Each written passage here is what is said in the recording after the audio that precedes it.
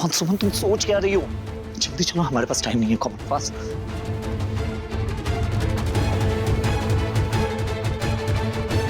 चलो सुमन, जल्दी से आओ।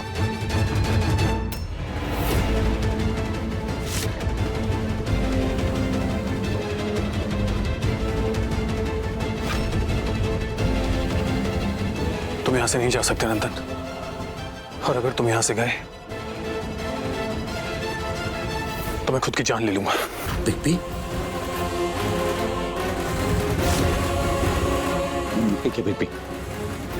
मैं घर तो वापस नहीं जाने वाला, लेकिन हाँ, मेरी डेड बॉडी जरूर लेकर जा सकते हैं। नंदन, सही कहा तुमने नंदन, अगर यहां से किसी की डेड बॉडी जाएगी तो वो मेरी होगी।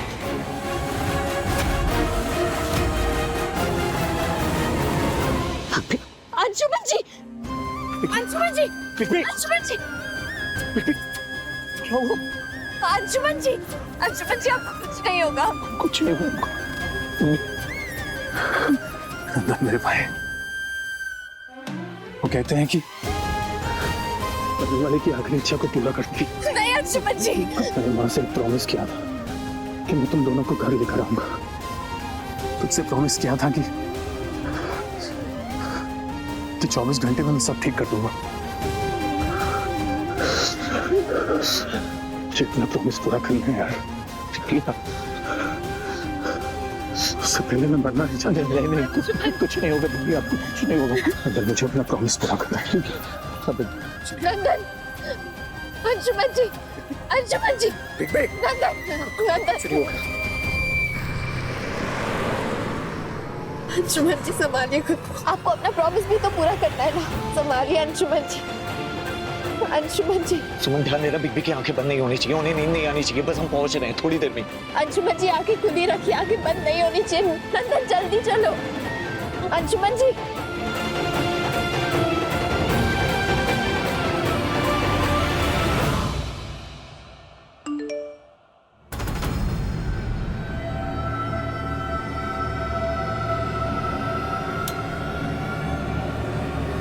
ये सुबह 4 बजे किसका मैसेज?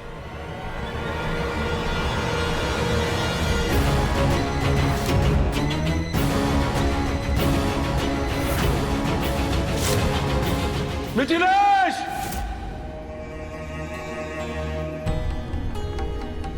डॉक्टर साहब, अंशुमन जी वो ठीक तो है ना? देखिए, इनका ब्लड बहुत ज्यादा लॉस हो गया है, बचने की बहुत कम उम्मीद है। अंशुमन का ब्लड ग्रुप बहुत ही रेयर है, फिर भी हम अपनी तरफ से पूरी कोशिश कर रहे हैं। बस किसी तरह से ब्लड मिल जाए तो सब ठीक हो जाएगा। एक्सक्यूज मी, हमें घर पर फोन करके सबको सब कुछ बताना ही होगा। हाँ, सुन, हमें किसी को कुछ बताने की जरूरत नहीं होगी।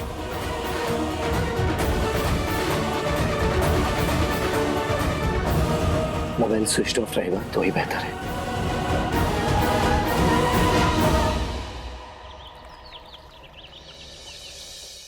किसी का फोन क्यों नहीं लग रहा?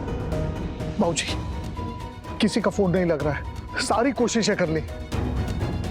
मिथिलेश, हमें तो किसी अनहोनी की आशंका लग रही है। लेकिन बाबूजी, अंशुमन ने खुद सुरभि जी को फोन करके कहा था कि वो नंदन और सुमन को लेकर आ रहा है। लेकिन इस वीडियो में तो साफ साफ दिखाई दे रहा है कि नंदन और अंशुमन में कुछ भी ठीक नहीं है।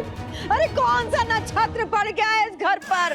कौन सी डाय अंधेरा डाल के बैठ गई है इस घर पर? राम लक्ष्मण में ठन गई है। हाँ, ये दिन देखना बाकी रह गया था बाबूजी। बताइए, भाई भाई के खून का पैसा हो गया है। हमारे ये घर में खून खराबा हो रहा है। हमारे ही रामायण जैसे घर में वो लड़के के कारण महाभारत छिड़ गया है। अब तो विधाता ही जाने आगे क्या होगा, कौन सी अनहोनी होगा।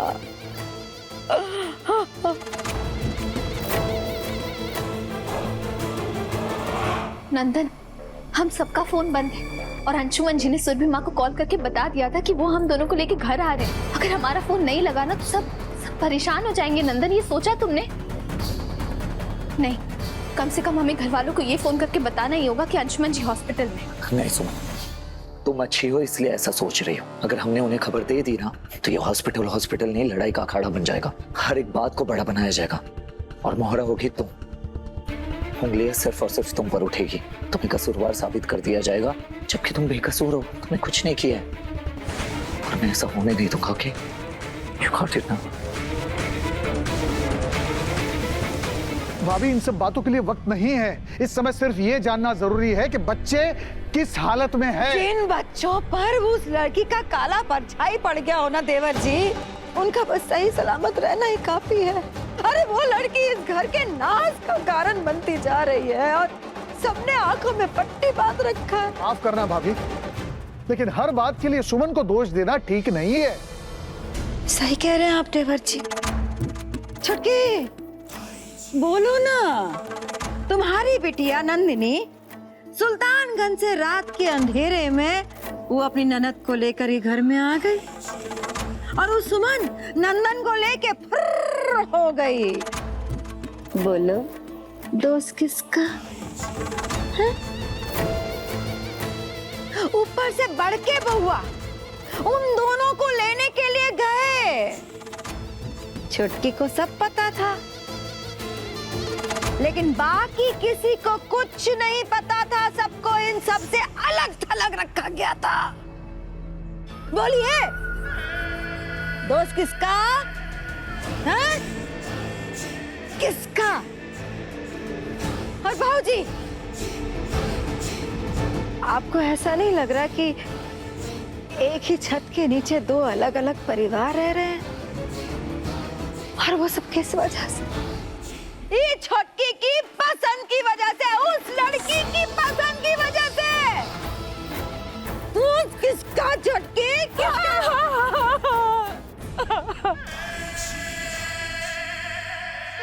सब दोस्त हमारा है। अगर हम पर दोष लग भी गया तो क्या हो जाएगा नंदन? क्या हो जाएगा अगर लोग हमसे सवाल करेंगे, हम पर उंगली उठाएंगे? हम सब सह लेंगे नंदन, लेकिन भगवान ना करे अंशुमन जी के साथ कुछ अनहोनी हो गई तो, और घर में किसी को पता भी नहीं चले। नहीं नंदन, माथे पर ना एक कलंक लग जाएगा। अरे कलंक तो छोड़ो, क्या हम खुद को जिंदगी भर में माफ कर पाएंगे? सुन, calm down, sit, नंदन relax, calm down। सुमन, बेबी को कुछ नहीं होगा, ओके? मैं कह रहा हूँ ना, कुछ नहीं होगा बेबी को। लेकिन इस वक्त घर वालों को यहाँ बुलाने का रिस्क नहीं ले सकता मैं।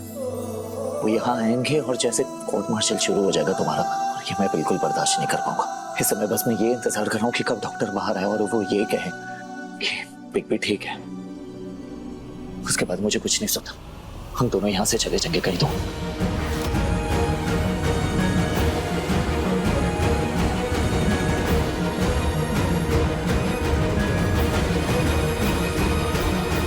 अंशुमन जी ने जो वचन दिया उसका क्या नंदन? Come on यार सुमन, ये वचन से क्या होता है? Be practical, okay? मुझे बिग बी के वचन में फंसकर यहाँ नहीं रहना। मुझे यहाँ से निकलना है, भागना है। सुमन, तुम्हारे साथ एक नई जिंदगी की शुरुआत करनी है अच्छे से। मुझे इन सब झमेलों में नहीं पड़ना, ओके? झमेला? अंशुमन जी की जान खतरे में नंदन, किसकी वजह से? हमारी वजह से ना। और तुम्हें ये सब झमेला लग रहा है? सुमन, वो मेरे भी बिग बी हैं। हम दोनों हैं ना यहाँ पे, इंतजार कर रहे हैं ना उनके ठीक होने का। बहुत सेल्फिश हो गए हो तुम नंदन। तुम्हें खुद के सिवा किसी और का कुछ दिखता ही नहीं है। और मुझे ऐसा लग रहा है ना तुम्हारे दिल में बिग बी के लिए कुछ ज्यादा ही सॉफ्ट कॉर्नर है।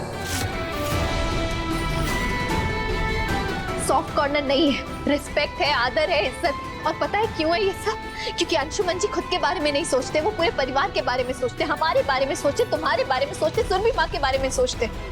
सिर्फ खुद के बारे में नहीं सोचते नंदन। लेकिन तुम सिर्फ खुद के बारे में सोचते हो और किसी के बारे में नहीं सोचते। एक्सक्यूज मी, खुशखबरी, ब्लड का इंतजाम हो गया है। हमने अंशुमन को वार्ड में शिफ्ट कर दिया है। अब उम्मीद है कि वो जल्दी ठीक हो जाएंगे। Thank you. मान लेते हैं हम, सारी हमारी गलती है। ये परिवार जो भी कर रहा है इसमें भी हमारा ही दोष है। बाबूजी हमें माफ कर दीजिए। दीदी माफ कर दीजिए हमें, सब लोग माफ कर दीजिए हमें। सुरभि जी नहीं, प्लीज आप किसी से माफी मत मांगिए। कोई गलती नहीं की आपने। सुमन सिर्फ आपकी पसंद नहीं थी, सुमन हम सबकी पसंद थी।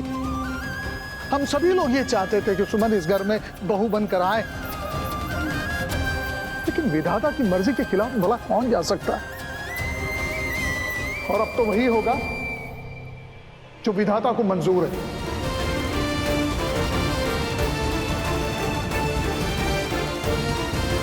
भाभी क्या कह रही थी आप? एक भाई दूसरे भाई के खून के लिए प्यासा हो चुका है? तो आज आपको बता देते हैं, बुरा मत मानिएगा,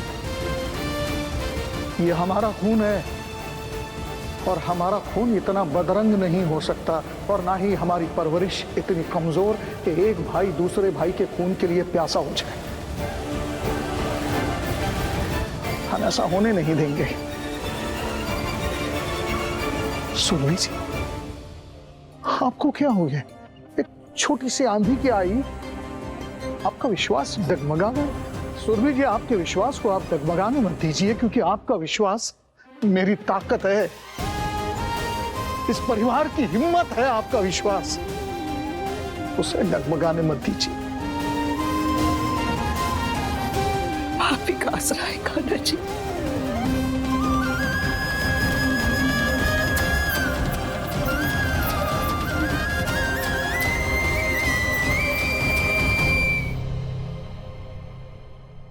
श्री कृष्णा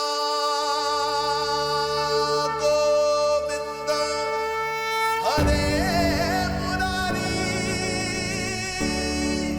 हे नाथ नारायण। हे कान्हा जी, हमारे परिवार को बिखरने से बचा लीजिए।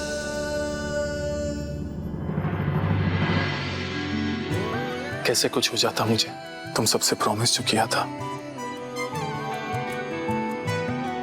तुझसे, सुमन से और मां से भी। अब मैं अपना प्रॉमिस पूरा करूंगा, लेकिन उससे पहले तुम दोनों को मुझसे एक प्रॉमिस करना होगा।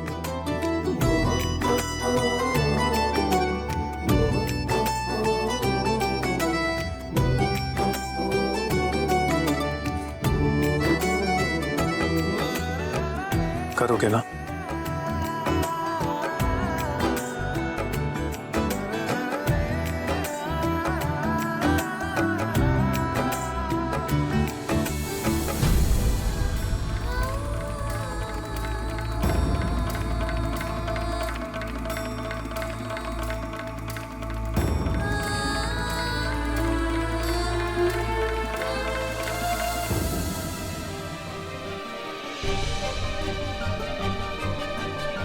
माँ जी, दादाजी, जी, माँ जी। क्या हुआ मेहमान जी? क्या हुआ? हमने सुना था कि राय बहादुर खानदान का मान ही माफी में है, लेकिन हमारे साथ ऐसा क्यों नहीं हो रहा है? एक छोटी सी गलती क्या हो गई हमसे? आप लोगों ने हमें पराया ही कर दिया। क्या हम आपके इस घर के दामाद नहीं है? आरती, क्या हम तुम्हारे पति नहीं है? जी, जी। मतलब इस घर से हमारा रिश्ता है ना? फिर हम ऐसा क्यों जताया जा रहा है कि इस घर से हमारा रिश्ता नहीं? अरे मेहमान जी, कौन कहा आपको कि इस परिवार से आपका कोई रिश्ता नहीं है? अगर है माँ जी, तो हमें, हमारे परिवार को न्योता क्यों नहीं मिला? कैसा न्योता दामाद जी? कौन सा न्योता? दादाजी, आप तो ऐसे कह रहे हैं जैसा आपको कुछ पता ही नहीं है। मेहमान जी, आप साफ साफ क्यों नहीं कहते हैं? क्या पता नहीं है? लगता है आप लोगों को सच में नहीं पता है। पुराना टोला मंदिर पर नंदन और सुमन की शादी हो रही है।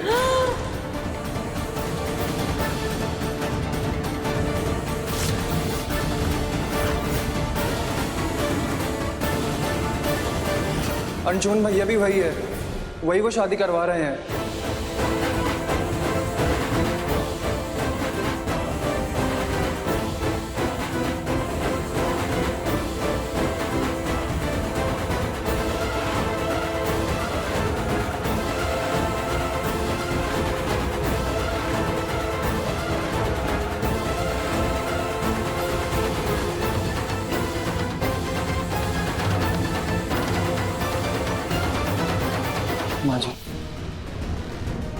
दामाद जी, क्या कहा आपने?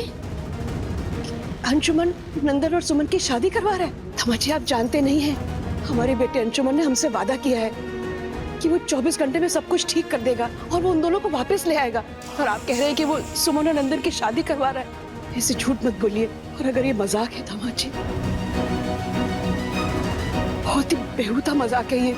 छोटी माँ जी, हम क्यों झूठ बोलेंगे? हम काहे मजाक करेंगे? अगर आपको हमारी बात पर विश्वास नहीं है तो मत कीजिए। आप खुद चलकर देख लीजिए। जब आप अपनी आंखों से देखेंगी तब तो विश्वास करेंगी ना।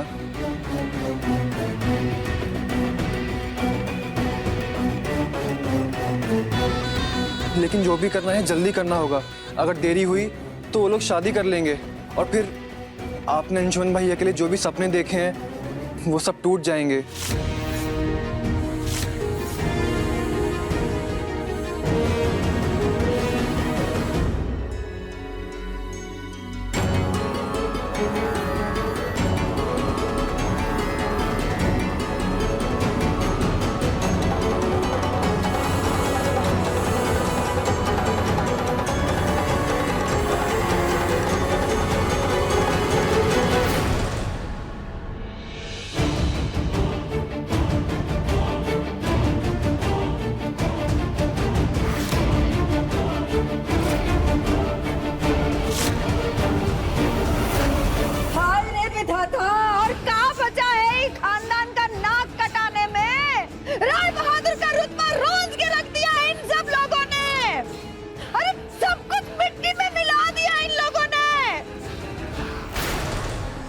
बाबूजी, बाबूजी, बाबूजी आप ठीक तो हैं? ठीक है ना आप? क्या ठीक मिथिलेश, और क्या क्या ठीक नहीं? सुना नहीं तुमने? बच्चे बड़े हो गए, सही गलत का फैसला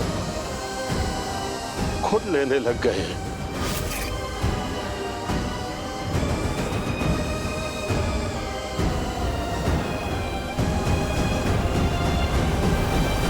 कहाँ जा रही हो नंदिनी? अरे दीदी, हम मंदिर जाएंगे तो सिंघोड़े की जरूरत तो पड़ेगी ना। बिना इसके नंदन और सुमन की शादी कैसे होगी? नंदिनी, ये मुझे दो। छोटी माँ ने ये सिंदूरा अंशुमन भैया के नाम पे खरीदा है और इस पे हक सिर्फ उनका ही है और सुमन पर भी। और शादी होगी तो अंशुमन भैया और सुमन की ही। नहीं दीदी, नंदन और सुमन एक दूसरे से बहुत प्यार करते हैं और शादी उन्हीं की होगी। नहीं नंदिनी, ऐसा नहीं हो सकता। सुमन अंशुमन भैया के लिए बनी है और छोटी माँ ने अंशुमन भैया के लिए सुमन को पसंद किया था और रिश्ता भी तय उन्हीं का हुआ था। प्यार ने नंदन और सुमन का रिश्ता तो ऑलरेडी जोड़ दिया है दीदी। अब बस उस रिश्ते को शादी के बंधन में बंधना है और वही होने जा रहा है। ऐसा नहीं होगा नंदिनी। क्या प्यार इतना स्वार्थी होता है कि माँ बाप का सपना, परिवार की मर्यादा सब ताक पे रख दे? माँ बाप के सपने क्या होते हैं दीदी? अपने बच्चों की खुशियां ही ना। लेकिन जब बच्चे ही खुश नहीं रहेंगे तो अपनी मान मर्यादा बचा के करेंगे क्या? हम कुछ नहीं जानते नंदिनी। हम बस इतना जानते हैं कि अंशुमन भैया जैसे परफेक्ट कोई नहीं हो सकता और अंशुमन भैया की शादी सुमन के साथ ही होनी चाहिए। ठीक है दीदी, तो फिर भगवान पर ही छोड़ देते हैं। देखते हैं कि ये क्या चाहते हैं।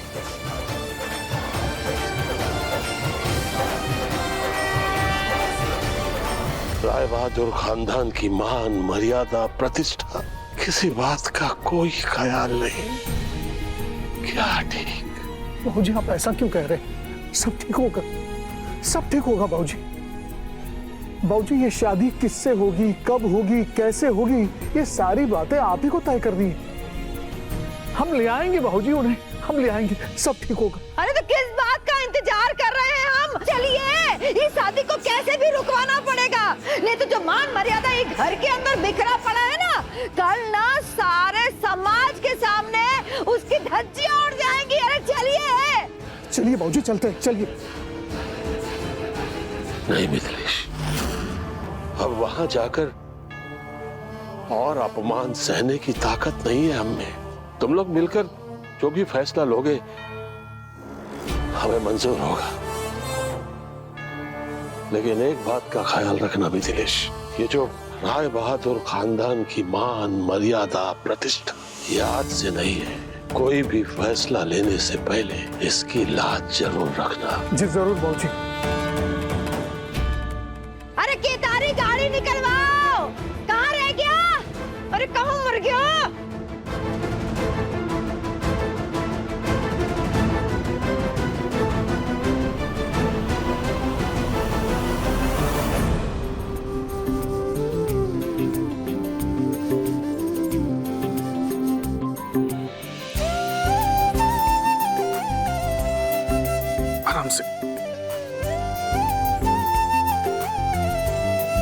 थैंक यू सो मच केतारी, तुम एक कॉल पे आ गए और किसी को कुछ बताया भी नहीं। Thank you. ये हनुमान कभी अपने राम जी की बात टाल सकता है क्या भैया जी? मुझे राम मत कहो, मैं कोई भगवान नहीं हूँ केतारी।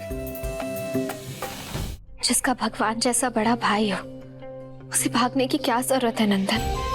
हमारा मन्ना अभी भी नहीं मान रहा है। सुरभि माँ से छुपकर बिना परिवार के आशीर्वाद के क्या ये शादी कहलाएगी? हम पिक भी कभी गलत नहीं हो सकते सुमन, ये तो तुम भी जानती हो अच्छे से, है ना? तो ये सब उन पर छोड़ दो ना। गलत को सही करना उन्हें अच्छे से आता है। ओके? गलत हमेशा गलत ही होता है नंदन, उसे सही नहीं किया जाता। हाँ, सुधारा जरूर जा सकता है, लेकिन एक प्रश्न हमेशा रह जाता है कि वो पहले गलत था। सुमन, यहाँ सुधार की कोई बात ही नहीं है। यहाँ हमारी शादी हो रही है, हमारे सपने पूरे होने जा रहे हैं। That's it. नंदन, तुम्हें पता है एक लड़की जब शादी के सपने देखती है तो क्या देखती है? अपनी होने वाली सास द्वारा शगुन के रूप में भेजा गया शादी का जोड़ा, जिसे पहनकर ही वो मंडप में बैठती है।